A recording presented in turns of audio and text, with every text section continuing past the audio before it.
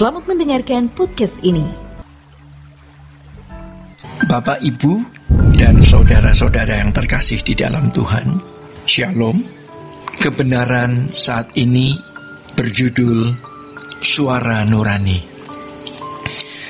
Saudara, ketika seseorang bertumbuh mengenal kebenaran secara memadai atau dalam level tertentu dan bersungguh-sungguh untuk melakukan keinginan Allah, maka dalam proses untuk melakukan kehendak Allah tersebut, ia dapat mendengar suara Allah di dalam dirinya melalui nuraninya.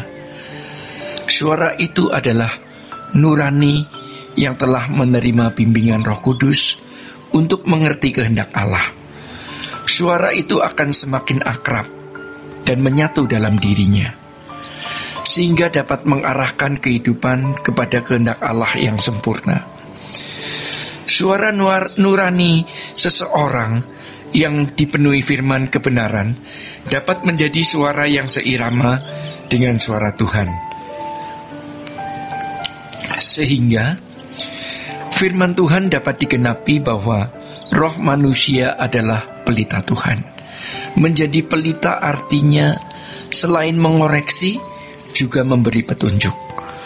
Saudara-saudara, jika seseorang atau jika orang percaya terus bertumbuh dalam kebenaran sehingga semakin cerdas, maka nuraninya dengan mudah mendeteksi kalau ada suara yang tidak senada dengan kebenaran atau tidak sesuai dengan pikiran dan perasaan Allah.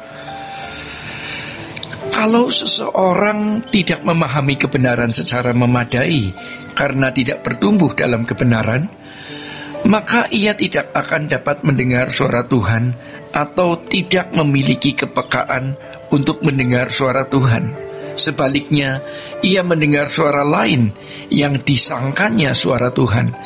Dalam hal ini, banyak orang Kristen dalam kebodohannya menganggap suara yang bukan dari Allah dianggap sebagai suara dari Allah atau dianggap tidak menyalahi kekudusan Allah. Padahal, semua itu suara dari dunia yang tidak sesuai dengan pikiran dan perasaan Allah. Suara yang tidak sesuai dengan kebenaran mengarahkan seseorang pada kehidupan yang semakin jauh dari kesempurnaan.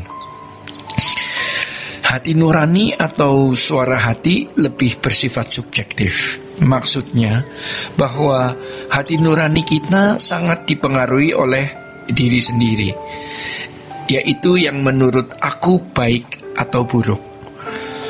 Suara hati mencerminkan segala pengertian dan prasangka masing-masing individu, sehingga jelas merupakan sesuatu yang bersumber pada diri sendiri. Dalam hal ini, kita tidak boleh mengidentifikasikan dan mengidentikan hati nurani dengan suara Allah. Walaupun hati nurani tidak dapat diidentikan dan tidak boleh diidentifikasikan sebagai suara Allah, tetapi hati nurani berhubungan dengan yang ilahi. Sebab komponen ini memang dari Allah dan diharapkan dapat sewarna dengan Allah, sehingga subjektivitas dapat dipercaya karena seirama dengan Allah. Sampai pada level ini, hati nurani manusia dapat menjadi pelita Tuhan. Saudara-saudara, kalau hati nurani digarap dengan benar, maka menjadi hati nurani yang sewarna dengan Allah. Ini disebut sebagai nurani ilahi. Tetapi kalau tidak digarap dengan baik, maka yang baik menjadi jahat. Orang yang memiliki hati nurani yang berkelas ilahi tidak membutuhkan hukum atau peraturan untuk memiliki kelakuan yang baik. Tidak perlu diancam hukuman untuk melakukan hukum, sebab ada polisi di dalam dirinya. Kalaupun seseorang berbuat baik, bukan hanya karena ancaman neraka, tetapi hati nuraninya memang terbentuk demikian, yaitu tidak bisa berbuat salah. Dalam Roma pasal 13 ayat 5, Paulus menulis, Sebab itu perlu kita menaklukkan diri, bukan saja oleh karena kemurkaan Allah, tetapi juga oleh karena suara hati kita. Saudara-saudara, oleh karena hati nurani belum tentu bisa mewakili suara Allah, maka hati nurani belum tentu dapat selalu dipercaya. Dengan demikian, hati nurani harus tunduk pada otoritas firman Allah dan pengadilan Allah.